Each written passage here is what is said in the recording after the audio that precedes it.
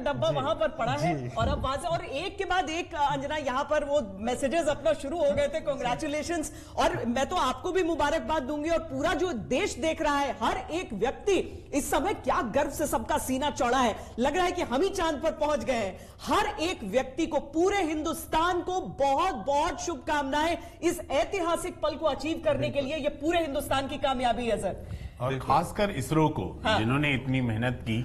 और मैं देख रहा था कि वो कितने प्रिसीजन से सब जो भी हुआ उन्होंने जिस तरह से प्लान किया और वो सभी प्रिसीजन से वहां पर हुआ और हम सक्सेस मिला। और हम एक मीटर हम भी देख रहे थे यहाँ गिन गिन वर्टिकल लैंडिंग कितनी परफेक्ट थी। आप ये देखिए, और इसरो में 1000 से ज्यादा साइंटिस्ट, इंजीनियर सब ने मिलकर ये मिशन को, जो इट्स अ ह्यूज सक्सेस, मतलब पूरी दुनिया को हम लोगों ने दिखा दिया। जी, मुझे लगता है साइंटिस्ट को आदत नहीं होगी कि इस तरह से ढोल नगाड़ा भंगड़ा ये सारी चीजें होती रहे साथ में, लेकिन अब ये आदत लगानी पड़ेगी।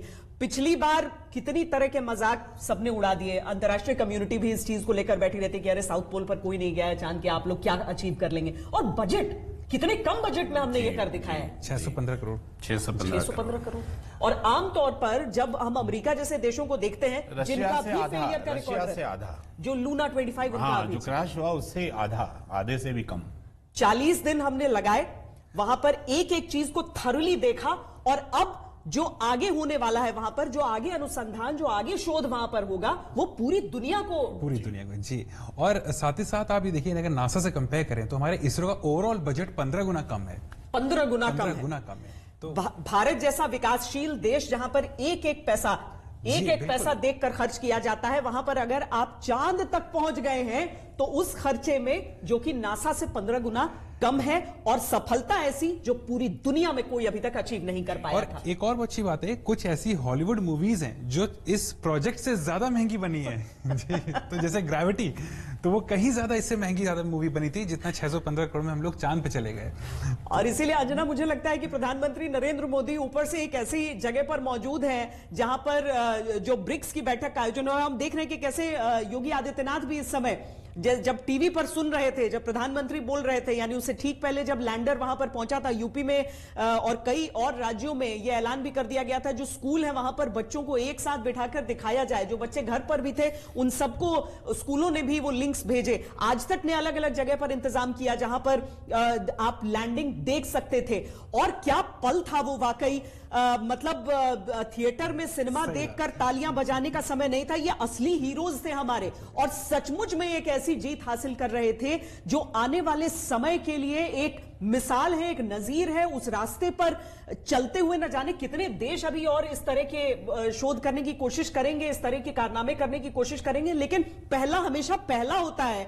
भारत वो पहला देश बन गया है जिसने दक्षिणी ध्रुव पर चांद के, जिसको लेकर न जाने कैसी कैसी बातें कही जाती थी, और भारत में नहीं पूरी दुनिया में कही जाती थी कि क्यों नहीं वहां पर लैंड कर सकता है कोई। लेकिन आज उन सारी चीजों को, वो सारी जो गलतफहमी, जो सारे जो अजीबोगरीब तर्क और झूठी थ्योरीज थी, उन सबको नकार दिया है भारत। पिछले साल तक यूएस में इवन आपके वहां के जो मीडिया पोस्ट थे उसमें भारत का मजाक बनाया गया था एक कार्टून के जरिए। चाइना में भी मजाक बनाया गया था, एलीट क्लब। बिल्कुल जी।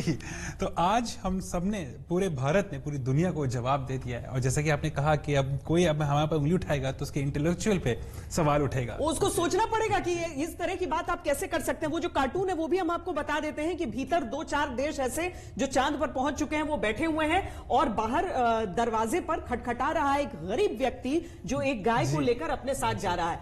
तो वो कहा गया कि भाई वो एलीट क्लब है, तुम अपनी गाय को लेकर कहीं और जाओ। तो देखिए, हिंदुस्तान के पास वो संस्कार भी है कि गौ को माता, पृथ्वी को माता कहे, चंदा को मामा कहे, लेकिन इसका यह मतलब नहीं है कि चांद पर जाने की कोशिश नहीं करेंगे। और चांद पर जाएंगे भी, और उस जगह पर जाएंगे जो सबसे मुश्किल हिस्सा इसका अंजना रहेगा। ये आज हिंदुस्तान ने साबित कर दिया है, हमने वर्षों से साबित किया है, पर आज कम से कम दुनिया में जिसने वो कार्टून बनाया होगा और जिन लोगों ने छापा है, जिस अंतर्राष्ट्रीय अखबार ने, वो सब बगले झांकते रहेंगे। बिल्कुल। और सबसे दिलचस्प बात तो श्वेता इसकी टाइमिंग है।